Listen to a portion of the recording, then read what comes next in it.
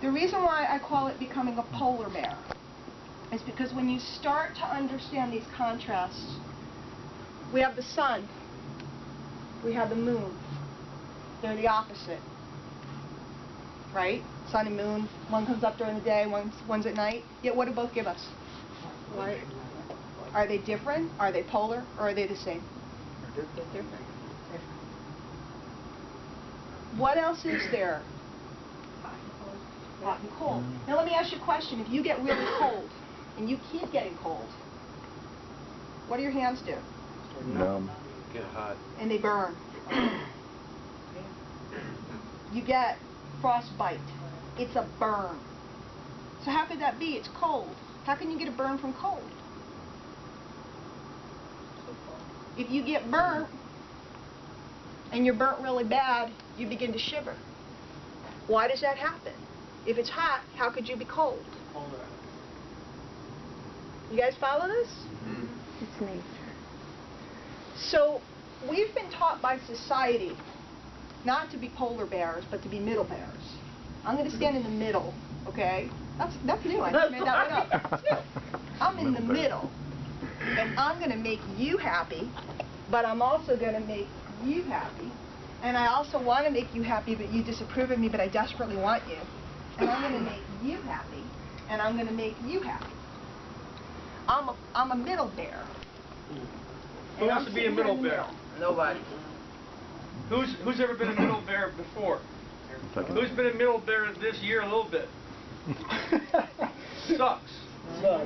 Well, here's the deal with being a middle bear. Nobody's inspired by a middle bear. Or an average So you bear. look at Lady Gaga, you either like her or you don't like her.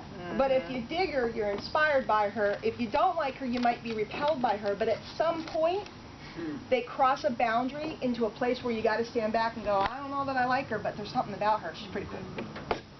Right? It crosses a line. What about Palin? Sarah Palin, I'm not a fan. Joe is. You are, right? Sarah Palin? I like her. Right? I'm not a fan. But you cannot deny. Joe and I are probably on the opposite political ends of the political spectrum. We're on the opposite ends of a lot of things. Truthfully, different thought processes and this and that. But you can't deny that there's something about the chick. Like her, don't like her. What's the host, the one that said the world's going to end and everybody needs to collect food on Fox? Glenn Beck? Yeah, Glenn Beck. I don't like the guy. I'm not a Fox News kind of girl. You may be. I'm not. But I was watching a show with him the other night. I happened to see a clip on the internet. I couldn't stop watching him. The next thing you know, I was on my 4th video of him. 20 minutes in. Mesmerized me. Could not stop watching the guy. And I had to stop and go, he's got a point. He's got a point. I don't know that I like his politics, but he's got a point there. When you're in the middle, you can't attract or inspire anyone. But if you go to an end for a people, you have the chance of not only inspiring and helping your people, but you even have a shot of getting those guys over there. What I want you guys to do, and I could go on all day about this, it's the end of the day, Joe has stuff for you, but I want you to start noticing this. When somebody bothers you, when you're seeing something and it bothers you, I want you to start asking yourself why. And or when somebody really attracts you and you see something and you think it's amazing. Muhammad Ali polarized the nation in 1968. Yet, 30 plus years later, how do we regard him? Greatest. And what came first?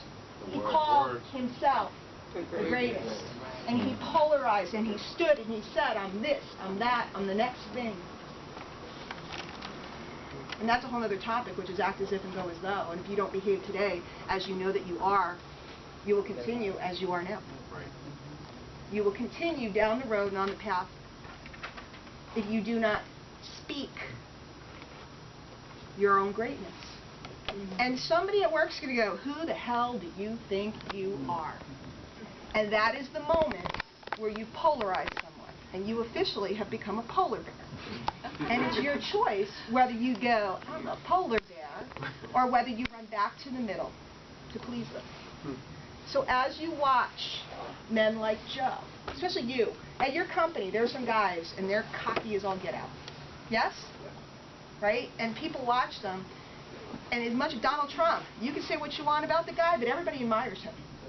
Secretly. All these contrasts, besides just the people and you know, the way people behave, these contrasts exist all around you. And if you start to watch it, gosh, the Tao Te Ching is a book. A book about the contrast everywhere around you.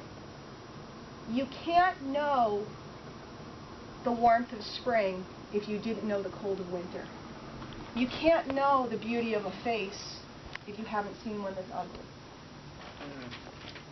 This surrounds us in our lives. It's a natural law.